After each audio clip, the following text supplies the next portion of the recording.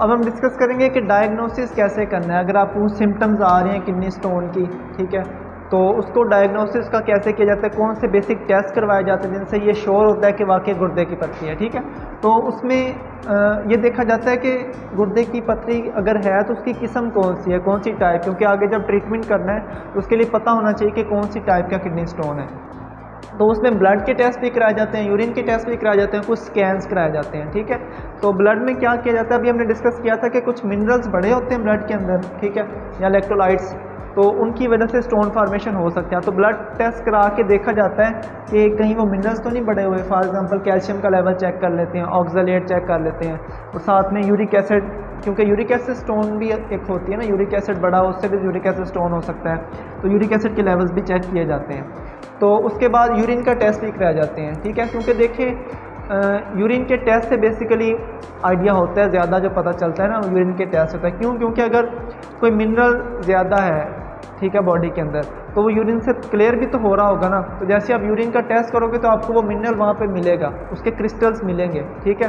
तो यूजुअली ये 24 आवर का यूरिन इकट्ठा किया जाता है और उसका टेस्ट करके उसका माइक्रोस्कोपिक एग्जामिनेशन किया जाता है, उससे आपको वहाँ पे क्रिस्टल्स मिल जाती हैं, ठीक है, यूरिक एसिड की क्रिस्टल्स।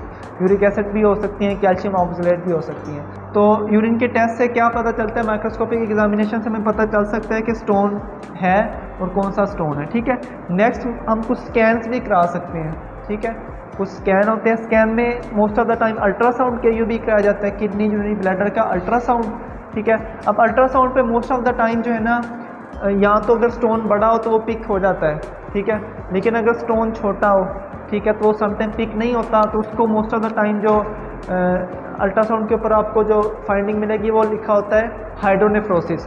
तो देखो हाइड्रोनेफ्रोसिस क्यों होगा, अगर लेट्स सपोज करो कि जो स्टोन है वो आपके यूरिटर के अंदर है, यूरिटर के अंदर स्टोन है, और वो स्टोन की वजह से क्या हो रही है, पीछे से यूरिन तो प्रोडक्शन हो रही है लेकिन वो यूरिन आगे पास नहीं हो रहा to bladder due to stone in ureter.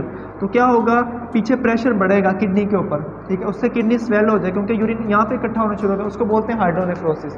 तो हाइड्रोनेफ्रोसिस में अगर आपने ये श्योर करना है कि स्टोन है या नहीं है और स्टोन किस जगह पे है, ठीक है, यूरिटर के किस पॉइंट के ऊपर है, ब्लैडर के किस पॉइंट के ऊपर है, या समटाइम किडनी में भी, पेल्विस में भी पेल्विस में भी किडनी स्टोन अटका हुआ होता है। तो उसकी वजह से हमें फिर नेक्स्ट टेस्ट कराने पड़ सकते हैं, जिससे हम एक्सरे के यूबी भी करा सकते हैं, ठीक है, एक्सरे पे भी समटाइम पिक हो जाता है, या कुछ ऐसे स्टोन होते हैं जो एक्सरे पे भी पिक नहीं होते, फिर हमें सीटी के यूबी कराना पड़ता है, ठीक है, computer tomography kidney urine bladder का कराया जाता है। उससे फिर क्लियर हो जाता है कि किडनी स्टोन है और कितने साइज़ का है और किस जगह पे है, क्लियर।